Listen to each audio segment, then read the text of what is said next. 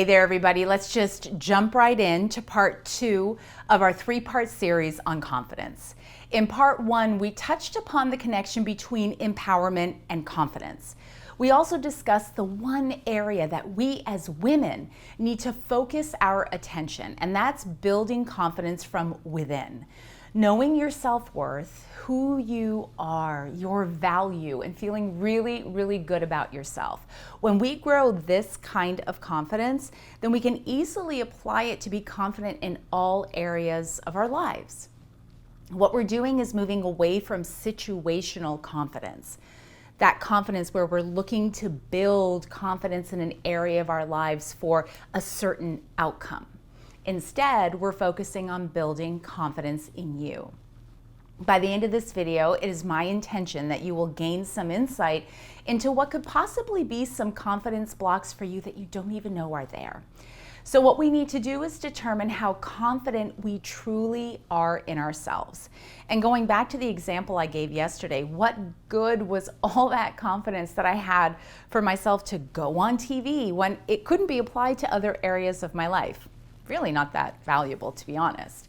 So an easy way to begin this process is by assessing the response you have to certain situations. And your response will give you valuable nuggets of information that will be an indicator of where you may need to be focusing your confidence build.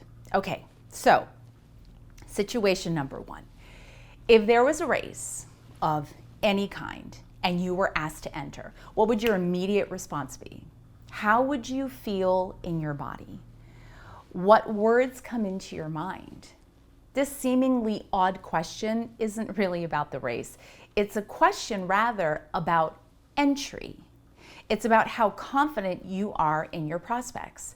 Your belief will determine if you're in or if you're out. Confidence doesn't always mean success, a win.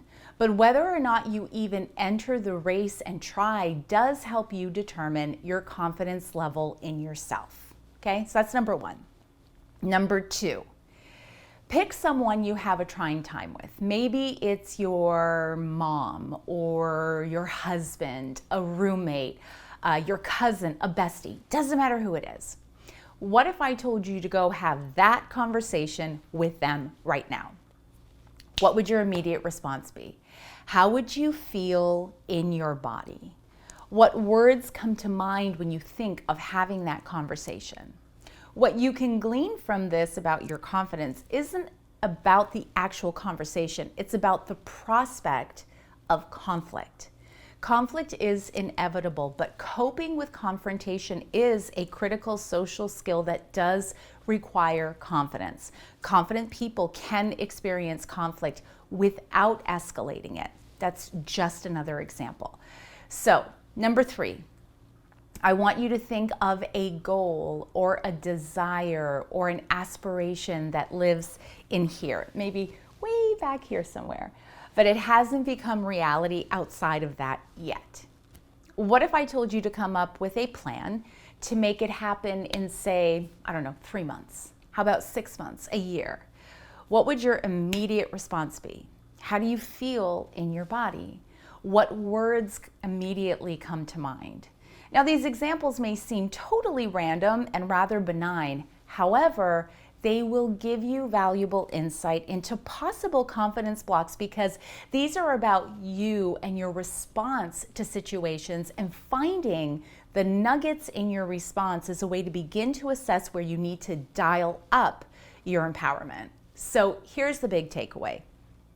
If you've lacked confidence in a certain area of your life, giving you a laundry list of ways you can be more confident in those areas, like your relationships or the workplace or whatever the case may be, it doesn't get to the root of the confidence block. That would be treating the symptoms again and not getting to the root cause. And if it's something that has eluded you for years, that's where you need to find your empowerment to start really building confidence in that area. So tomorrow we're going to talk about how dialing up your empowerment will help you build confidence in a truly lasting, firm, and meaningful way. In the meantime, I want you to drop a note in the comments. I want to know, how did you answer number 1, 2, and 3? How did it make you feel in your body? Did you get in the race, or did you decide not to get in the race? So drop a note in the comments, and I will see you back here tomorrow for the third and final part in our 3-part confidence series.